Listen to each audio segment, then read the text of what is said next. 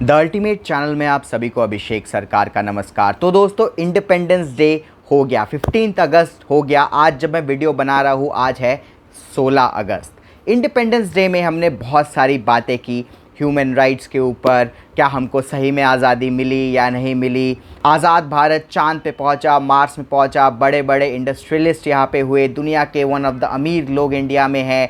India science में, technology में, IT में तरक्की कर रहा है, सब कुछ कर रहा है। पर एक बात कहीं ना कहीं मिस हो गई। आज़ाद भारत अभी भी अपने स्ट्रीट डॉग्स के बारे में नहीं सोच पा रहा है। बहुत सारे पॉलिसीज़ बनती जा रही है, बहुत सारी पॉलिसीज़ बनी है स्ट्रीट डॉग्स के लिए, बहुत सारे लॉज आए हैं, पर अभी भी जो स्ट्रीट डॉग्स की समस्या है वो दूर नहीं हो पा रही है। दोस्तों, अमेरिका की एक एजेंसी ने रिसर्च में ये बताया कि आज से 23,000 साल पहले डॉग्स को डोमेस्टिकेटेड करना स्टार्ट किया गया था। डॉग्स जो कि वुल्फ थे, ग्रे वुल्फ थे, उनको इंसानों ने पालना स्टार्ट किया था, जो कि आइस एज का अंत था उस समय। अब ये बात अभी भी पक्की नहीं है कि वुल्फ जो है वो खाना खोजने आए थे इंसानों के पास, या फिर इंसान वुल्फ को डोमेस्टिकेट करने गए थे। फिर भी दोस्तों, एक अंदाज़ा लगाया जाता है, बताया जाता है कि खाने की खोज में ग्रे वुल्फ जो थे वो भटकते थे, और भटकते भटकते एक दिन इंसानों के पास पहुंच गए, जो कि खाना पका रहे थे आग में। वो इंसान और ग्रे वुल्फ भिड़ने वाले थे, तभी एक इंसान ने ग्रे वुल्फ की तरफ खाना फेंका।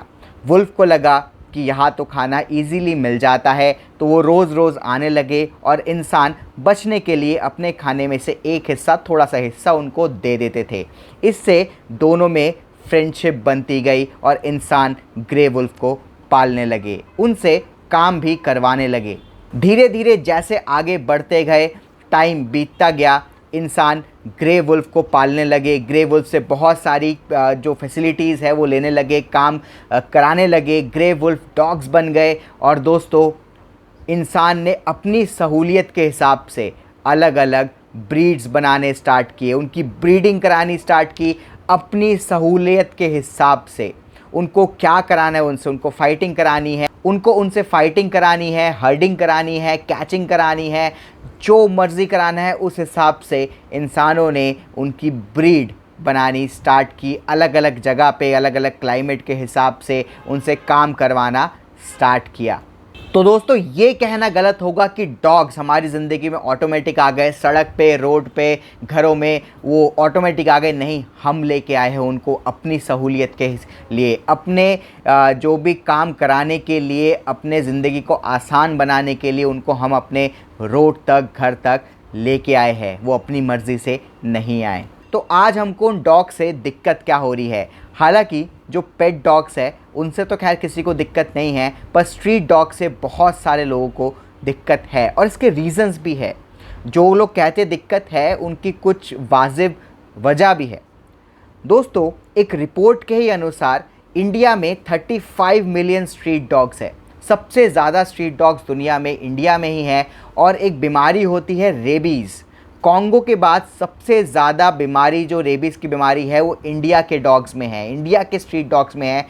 और कॉन्गो के बाद सबसे ज़्यादा लोग रेबीज़ से इंडिया में ही मरते हैं। हर साल 20,000 लोग रेबीज़ में मर जाते हैं। दोस्तों, हम कोविड की बात करते हैं कि कोविड में मोर्टालिटी रेट क्या है। अगर आपको कोविड होता है तो मरने के चांसेस क्या है आपके, तो वो सिर्फ 1 या 2% होता है। पर रेबीज़ में 99.9% टाइम इंसान मर जाता है अगर उसको रेबीज़ हो जाता है। अगर रेबीज़ होता है, उसके सिम्टम्स आपको पता लगते हैं, तो कोई चांस नहीं है आपके बचने का। तो ये एक बहुत ही खतरनाक बीमारी है, और इंडिया की एक बहुत बड़ी समस्या है। अमेरिका जैसे डेवलप देश 2007 में ही रेबीज़ फ्री हो गए थे, पर इंडिया अभी तक नहीं हो पाया। गलती इसमें डॉग्स की नहीं, सरकार की है। साथ में दोस्तों, कुछ लोगों की भी गलती है, कुछ पेट ओनर्स की भी गलती है इसमें।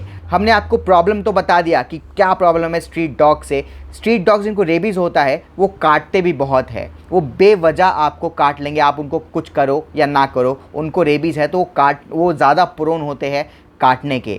और काटने का एक समस्या तो है, जहाँ पे ज़्यादा स्ट्रीट डॉग्स होंगे दोस्तों, स्ट्रीट डॉग्स की एक होल्डिंग कैपेसिटी होती है हर एक एरिया में। अगर उस एरिया में होल्डिंग कैपेसिटी से ज़्यादा स्ट्रीट डॉग्स होते हैं तो कुछ स्ट्रीट डॉग्स थोड़े एग्रेसिव भी हो जाते हैं और वो काटना भी स्टार्ट कर देते हैं। ये भी एक समस्या है। तो इसके आखिरकार रीज़न्स क्या है दोस्तों? जो स्ट्रीट डॉग्स होते हैं वो 3 तरीके के होते हैं। पहले स्ट्रीट डॉग्स, जिन्हें कि हम इंसान खाना खिलाते हैं, प्यार करते हैं, अगर उनको कोई दिक्कत होती है उनको हम मेडिकल सुविधा भी उपलब्ध करवाते हैं। ये ऐसे स्ट्रीट डॉग्स होते हैं जो इंसान से काफ़ी फ्रेंडली हो जाते हैं, वो इंसान को अपना कंपेनियन मानने लगते हैं, पर रहते स्ट्रीट डॉग में है। इंसान उनको घर पे नहीं लेके आते, रहते स्ट्रीट पे ही है, पर वो इंसान के साथ बहुत फ्रेंडली होते हैं। खाना भी मिल जाता है ईज़िली उनको, सब कुछ उनको ईज़िली मिल जाता है। दूसरे कैटेगरी के स्ट्रीट डॉग्स होते हैं जो कि हर काम भाई अपने आप करते हैं, इंसान उनकी मदद नहीं करते, इंसान से वो मदद नहीं लेते। वो डस्टबिन में जाके खाना ढूंढते हैं, कीचड़ हो गया, बारिश का पानी हो गया, मैनहोल हो गया, इन सब से वो पानी भी ढूंढ लेते हैं। वो इंडिपेंडेंट होते हैं, वो इंसानों के साथ ज़्यादा उनका लगाव भी नहीं होता, ज़्यादा वो लोग मिलते भी नहीं हैं, वो अपने आप में खुश रहते हैं, अपना खाना पानी सब कुछ अपना ढूंढ लेते हैं। तीसरे तरीके के जो स्ट्रीट डॉग्स होते हैं वो होते हैं एबेंडन डॉग्स। जी हाँ दोस्तों, वो एक समय में किसी के पेट हुआ करते थे पर उनको छोड़ दिया गया है रास्ते में, उनको एबेंडेंट कर दिया गया है रास्ते में। और दोस्तों ये डॉग्स सबसे वल्नरेबल होते हैं, क्योंकि एक तो वो ईज़िली किसी और जो इंसान है उस पर ट्रस्ट नहीं कर सकते। दूसरी चीज़, उन्हें सड़क पे घूमने का, खाना ढूंढने का, पानी पीने का आदत नहीं होता, उनको पता ही नहीं है ये सब चीज़ें कैसे करनी है, क्योंकि उनको अब तक सब चीज़ें मिलती हुई आ रही थी। अब एकदम से वो इंडिपेंडेंट नहीं हो पाते हैं और दूसरे लोगों पे ट्रस्ट भी उनके लिए करना मुश्किल होता है। कुछ कर लेते हैं पर ज़्यादातर नहीं कर पाते। दोस्तों पेट ओनर जो अबंडन कर देते हैं अपने डॉग्स को, ये सबसे बड़ी समस्या है हमारे देश की। मैं अगर इंटरनेशनल एवरेज बताऊँ, पूरी दुनिया के एवरेज बताऊँ, तो 20% ओनर्स ज़िंदगी में एक ना एक बार एक डॉग को अबेंडेंट करते हैं, एक डॉग को छोड़ते हैं। ये एक रिपोर्ट में बताया गया है, पर इंडिया में ये रेट 50% से ज़्यादा है। 50% से ज़्यादा पेट ओनर्स ने अपनी ज़िंदगी में एक ना एक बार किसी न किसी अपने डॉग को, अपने पेट को छोड़ दिया है। जी हाँ दोस्तों, 50% से ज़्यादा, आधे से ज़्यादा। और यही डॉग्स होते हैं जो स्ट्रीट में जाके कंफर्टेबल नहीं हो पाते हैं, सर्वाइवल बहुत मुश्किल होता है इनके लिए, और सर्वाइव ना कर पाने के कारण ये लोग उल्टी सीधी हरकतें करना शुरू कर देते हैं। एक और रीज़न है दोस्तों, इंडिया में साफ़ सफाई की कमी। इंडिया में हर जगह आपको कूड़ा कबाड़ा दिख ही जाएगा। इंडिया में डस्टबिन की कमी है, इंडिया में एक ऐसे जोन की कमी है, डंपिंग जोन की कमी है बहुत सारी, जहाँ पे लोग कूड़ा फेंक सके। इन सब चीज़ों की बड़े बड़े शहरों में भी, दिल्ली मुंबई जैसे शहरों में भी कमी है। तो जब ये कूड़ा कबाड़ा ज़्यादा होता है तो ऑब्वियसली जो स्ट्रीट डॉग्स हैं उनके लिए खाने की संभावनाएं बढ़ जाती है, क्योंकि ये लोग कूड़ा कबाड़ा में जाके ही खाना ढूंढते हैं, तो खाने की संभावना इनके लिए बढ़ जाती है, तो उस एरिया की होल्डिंग कैपेसिटी इंक्रीज़ हो जाती है। दोस्तों नेचर जो है ना, नेचर अपने आप पॉपुलेशन मेंटेन करती है। नेचर को पता है कहाँ पे कितनी संख्या में पॉपुलेशन रखनी चाहिए, उस हिसाब से मेंटेन करती है। तो हर एरिया का कुछ होल्डिंग कैपेसिटी होता है, उस हिसाब से वहाँ पे स्ट्रीट डॉग्स रहते हैं। वहाँ पे अगर खाना कम है तो वहाँ पे आपको ज़्यादा स्ट्रीट डॉग्स नहीं मिलेंगे, वहाँ पे पानी नहीं है तो वहाँ पे ज़्यादा स्ट्रीट डॉग्स आपको नहीं मिलेंगे। पर जहाँ पे खाना एबंडेंस में है वहाँ पे आपको स्ट्रीट डॉग्स ज़्यादा मिलेंगे, क्योंकि वहाँ पे खाने की कमी नहीं है, पानी की कमी नहीं है। तो दोस्तों ये कूड़ा कबाड़ा जहाँ पे ज़्यादा है वहाँ पे आपको स्ट्रीट डॉग्स बहुत मिलेंगे, होल्डिंग कैपेसिटी से ज़्यादा मिलेंगे वहाँ पे। इसके बाद एक और बहुत बड़ा रीज़न है स्टरलाइजेशन ना कराना। बहुत सारे पेट ओनर्स भी अपने डॉग्स का स्टरलाइजेशन नहीं करा पाते, क्योंकि स्टरलाइजेशन की इंडिया में कॉस्ट ही बहुत ज़्यादा है। 5 से 8 हज़ार रुपये अगर आप किसी वेट के पास जाते हो तो आपके पेट के स्टरलाइजेशन के लिए वो ले लेते हैं। और इंडिया में 95% लोग ये पेट स्टरलाइजेशन की जो कॉस्ट है वो अफोर्ड नहीं कर पाते हैं, सिर्फ 5% लोग ही कर पाते हैं, और वो लोग भी स्टरलाइज कराने में हिचकिचाते हैं। अगर हम स्ट्रीट डॉग्स की बात करें, स्टेरिलाइजेशन की, तो गवर्नमेंट बहुत सारे प्रोग्राम्स तो चलाती है पर कोई भी प्रोग्राम सक्सेसफुली एग्जीक्यूट नहीं कर पाती है। बहुत कम बारी हम ये देख पाते हैं कि ये प्रोग्राम कभी कभार सक्सेसफुल होता है, कभी कभार कुछ स्ट्रीट डॉग्स को ले जाके स्टेरिलाइज किया जाता है, पर दोस्तों ज़्यादातर टाइम 90% टाइम ये सक्सेसफुली कर नहीं पाते। अगर करेंगे तो सक्सेसफुल होगा, पर जो गवर्नमेंट है, जो जिस संस्थान को ये जिम्मेदारी दी गई है, वो सक्सेसफुली ये चीज़ नहीं कर पाती। इसके बाद दोस्तों एक और रीज़न है ओवर ब्रीडिंग। जी हाँ दोस्तों, बहुत सारे लोग ब्रीडर्स अपने प्रॉफिट के लिए लगातार ब्रीडिंग कराते ही रहते, बच्चे पैदा करवाते ही रहते हैं, ज़बरदस्ती नेचर के ख़िलाफ़ जाके बच्चे पैदा करवाते रहते हैं। उसके बाद दोस्तों जब वो ब्रीड प्योर नहीं रहती, बीमारी हो जाती है ओवर ब्रीडिंग के कारण, तो लोग अपने डॉग को अबेंडन कर देते हैं, छोड़ देते हैं, क्योंकि ये तो प्योर ही नहीं है, इसको बीमारी हो गई, कैसे ख्याल रखे, हमारे पास वक्त नहीं है, ये नहीं है, वो नहीं है, तो अपने डॉग को वो छोड़ देते हैं। तो ओवर ब्रीडिंग प्रॉफिट के लिए, इलीगल ब्रीडिंग प्रॉफिट के लिए बहुत बड़ी समस्या है भारत की। अब दोस्तों इसका सॉल्यूशन क्या है? बहुत सारे लोग ये बोलते हैं यार स्ट्रीट डॉग्स को मार देना चाहिए, ख़त्म कर देना चाहिए। और दोस्तों ऐसा ट्राई भी किया गया है। केरला में एक बार एक संस्था बना था, ग्रुप बना था, जिन्होंने स्ट्रीट डॉग्स को मारना स्टार्ट किया था। उन्होंने 300 स्ट्रीट डॉग्स मार दिए थे, पर इससे कुछ हल नहीं निकला है। ब्राज़ील में एक बार प्रोग्राम चलाया गया था कि स्ट्रीट डॉग्स को मार दो, और भी एक दो देशों में ये प्रोग्राम चलाया गया था कि स्ट्रीट डॉग्स को किल कर दो, मार दो, पर दोस्तों रिज़ल्ट निकला कि इससे पॉपुलेशन कम नहीं हुई, उल्टा बढ़ और गई। क्योंकि दोस्तों ये जो किलिंग है, किलिंग सॉल्यूशन नहीं हो सकता कभी भी, और दोस्तों इसको एग्जीक्यूट भी सही तरीके से नहीं किया जा सकता। तो इसका तरीका क्या है? दोस्तों एक देश है नेदरलैंड्स।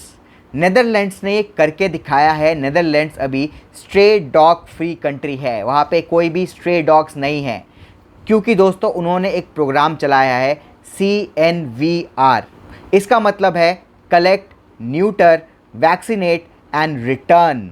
नेदरलैंड्स ने क्या किया कि नेदरलैंड्स ने ये प्रोग्राम चलाया CNVR, जिसके तहत चाहे वो पेट हो, किसी ओनर का पेट हो या स्ट्रे डॉग्स हो, उनको कलेक्ट किया जाता है, न्यूटर किया जाता है यानी स्टरलाइज किया जाता है, उसके बाद उनको वैक्सीनेट भी किया जाता है, कोई रेबीज़ वगैरह ना हो उनको वैक्सीनेट भी किया जाता है। उसके बाद अगर वो किसी ओनर के पेट है तो उनको रिटर्न कर दिया जाता है। अगर वो जिस एरिया में स्ट्रे डॉग था वहाँ पे उसको फिर से रख दिया जाता है, जिसकी वजह से क्या हुआ, धीरे धीरे पेट ओनर्स के पास तो रह गए स्ट्रीट डॉग्स, और जो स्ट्रीट से थे वहाँ से ख़त्म हो गए। दूसरा उन्होंने एक लॉ निकाला कि अगर आप स्ट्रीट डॉग अडॉप्ट करते हैं तो आपको कोई टैक्स नहीं देना पड़ेगा, उल्टा टैक्स में आपको रियायत मिलेगी, टैक्स में आपको छूट मिलेगी अगर आप स्ट्रीट डॉग्स अडॉप्ट करते हैं। पर अगर आप फॉरेन ब्रीड खरीदते हैं, कोई ब्रीड खरीदते हैं, तो 25% एक्स्ट्रा टैक्स आपको देना पड़ेगा।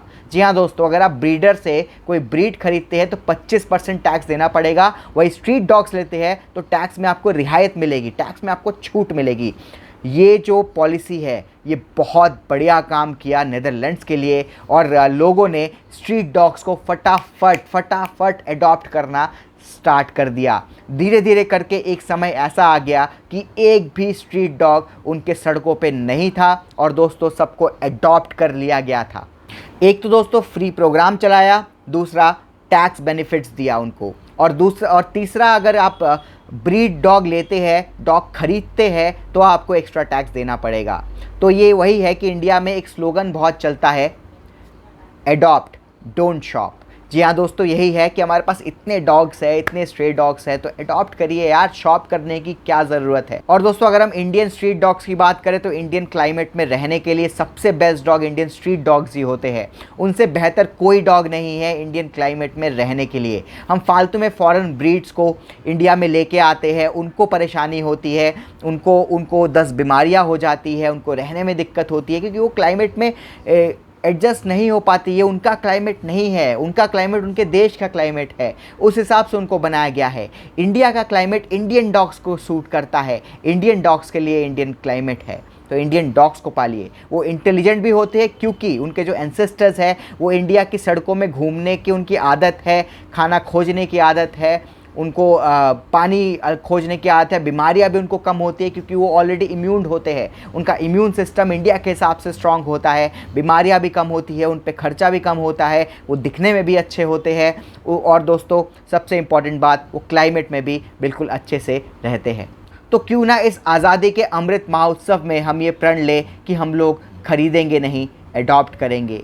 कोई भी ब्रीड हो, आपको रास्ते में घूमते हुए दिखे, कोई भी डॉग परेशान दिखे तो उसको अडॉप्ट कीजिए, क्योंकि महात्मा गांधी ने बोला है किसी सोसाइटी को पहचाना जा सकता है कि उस सोसाइटी में एनिमल्स किस हालात में हैं। अगर एनिमल्स बुरे हालात में हैं उस सोसाइटी में, तो यानी वो सोसाइटी भी बुरी है। अगर उस सोसाइटी में एनिमल्स अच्छे हालत में हैं, यानी उस सोसाइटी के लोग अच्छे हैं। तो दोस्तों अगली बार से ध्यान रखिएगा, शॉप मत कीजिएगा, अडॉप्ट कीजिएगा, एक नई ज़िंदगी दीजिए स्ट्रीट डॉग्स को। जय हिंद।